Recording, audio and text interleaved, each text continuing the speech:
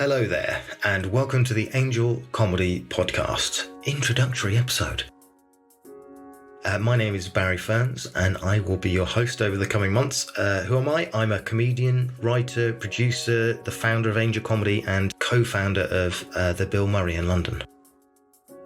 By the way, if you don't want to listen to this introduction, you don't have to listen to the introduction to this podcast. In fact, you might prefer to ignore this relatively sedate but ambient setting out of our stall. And if so, I'd recommend fleeing from this feed right now and just dipping into the cool, enjoyable waters of conversations with Mark Maron, David Cross, Celia Piccola, Rob Orton, and there'll be hundreds of others.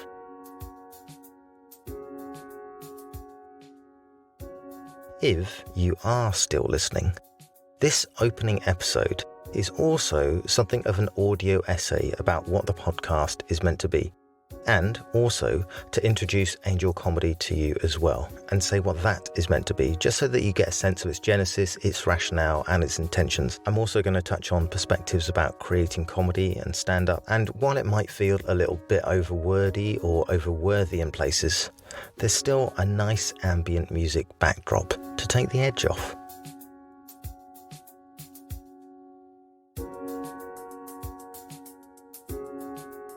The motivating belief behind this podcast, and Angel Comedy as well, is that in order to create, you need community, you need support, and you need a safe space to fail and practice in.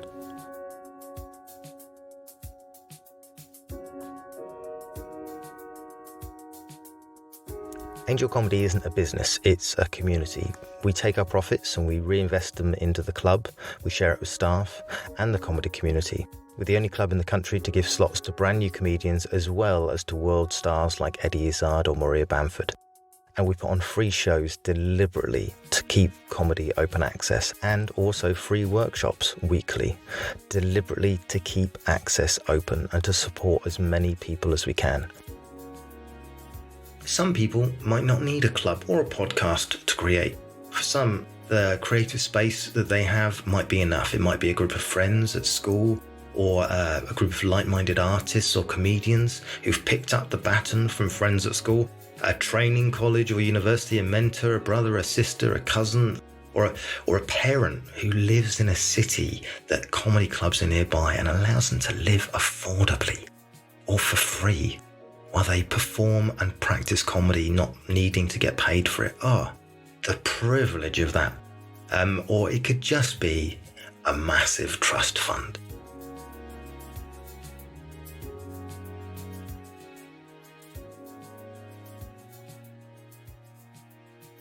Really, as much as we've been raised to think of ourselves as total and inviolable individuals, we actually rely totally on each other, not just for our survival, but also for our values, our points of view, and shared beliefs. We all exist and survive in a community of fellow beings. Belief in the fact helps create the fact. That's a fact. And that's a fact. But yet again, I digress. Part of the reason for this podcast also comes out of my own personal history. I'm making this for my past self. I've spent my entire life writing and performing stand-up comedy, and if it weren't for what I can only describe as an immense resilience against unintentional self-harm, I just wouldn't be a comedian today.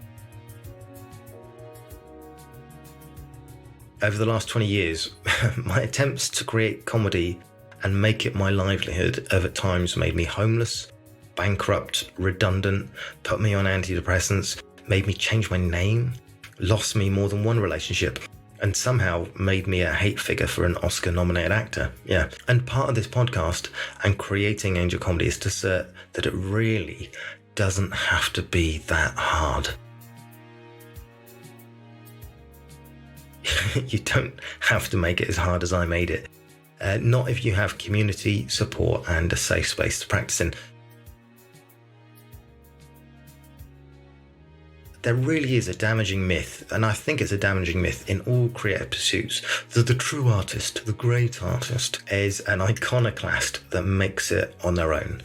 And in my experience of knowing some of the most successful artists of my generation, it's really clear that no one makes it on their own. Like, they really don't.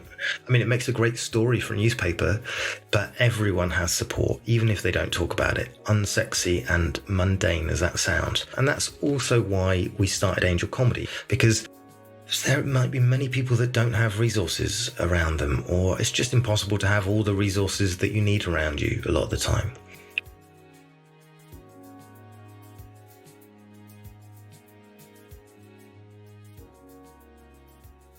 Because like the comedy club itself came from like that, just a simple need to perform, because even that can be hard. Like in 2010, I was traveling up and down the country doing paid and unpaid middle spots, coming back from bankruptcy and homelessness, and I was spending up to £50 a time to get to a gig, a gig that was often poorly run, full of people that didn't want to be there, and usually very few people that didn't want to be there.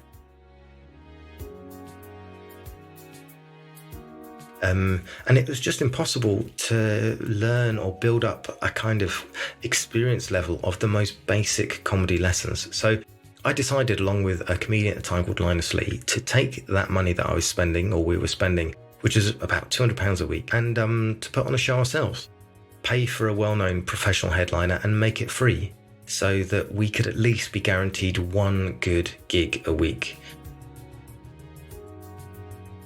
And you might say, well, why is it important to have a good gig? You just should, play all the bad gigs. But really, there's a number of reasons. If you perform at good gigs, you get good at good gigs. If you perform only at bad gigs, you get good at playing bad gigs. And, well, absolutely, if you're a track athlete, you don't have to run on a track all the time. But if you run on rubble all the time, you'll keep getting injured and you really won't get the skills necessary to become a good athlete. You need that sense memory of being on stage in a room that's properly run, because professionally, that's where your livelihood is. Then, of course, there's the fact that there was always a gig to look forward to every week. Just keeping yourself emotionally in the game, remembering why you want to do it and what you enjoy in the art form. It can be hard if you're only doing gigs to 3 depressed people, a depressed dog, and you're exhausted from lack of sleep and no income. And that's one of the reasons why Angel Comedy only does short slots in their busy shows. Because when I started out first, many, many years ago, every single comedy gig had a 5 to 10 minute open slot in the middle that you'd be in between. Like the first gig I ever did, Simon Pegg was performing. The second gig, Matt Lucas, both of which had beginnings of TV careers at the time. And you just don't get that now. That was my first ever gig, was with Simon Pegg. My second ever gig was with Matt Lucas. My third with Mark Lamar, as headliners. You just wouldn't get that now. You can be in the comedy world performing for 3 to 5 years before you've performed with a professional, let alone a TV name. Angel does short slots so that new comedians get the chance to perform in front of a busy crowd. A lot of the more professional comedians don't know that that's the case, that there is this kind of underworld of gigs that don't really feel like real gigs. There's something else. Another reason why the support of a podcast or an open access comedy club is important, because although it might seem it, any art form, and comedy too, is not a meritocracy. The comedian Pierre Novelli has a really good analogy for this aspect of comedy or any artistic industry. It's part meritocracy, true, but it's part luck. Becoming good enough at something gets you in the entrance to a casino, let's say. But once you're in the casino, it's all luck, baby. And you buy chips with your time and your energy. And doing well is staying in the casino. The ability and the privilege of being able to turn up. Some people get dragged out of that casino, kicking and screaming maybe, but because they can't afford to give enough time to it, because they need to work full time, or they have a kid, or life gets in the way, or they just simply get exhausted by the tediousness of playing blackjack over and over again for 20 years. Which brings us on to the biggest secret, and again, something that the podcast and the club really tries to hammer home, is the validating aspect of, if you're doing it, you're doing it. It really is that simple. And that sounds, some people go, yeah, but you're not. If you're on TV, then you're doing it. But really, I know it sounds like we're setting the bar really low, but it's not. The bar is the bar. If you're making it, you're making it.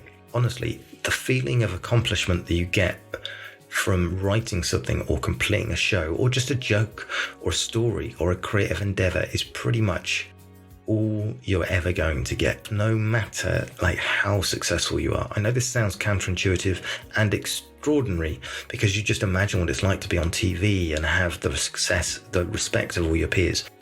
But every artist talks about the fact that even the euphoria from the biggest career highs lasts perhaps a day or a week if you're lucky. And then you're back to writing and creating and trying to do the impossible task of taking your experiences, your soul, pushing it through your fingers onto a blank page.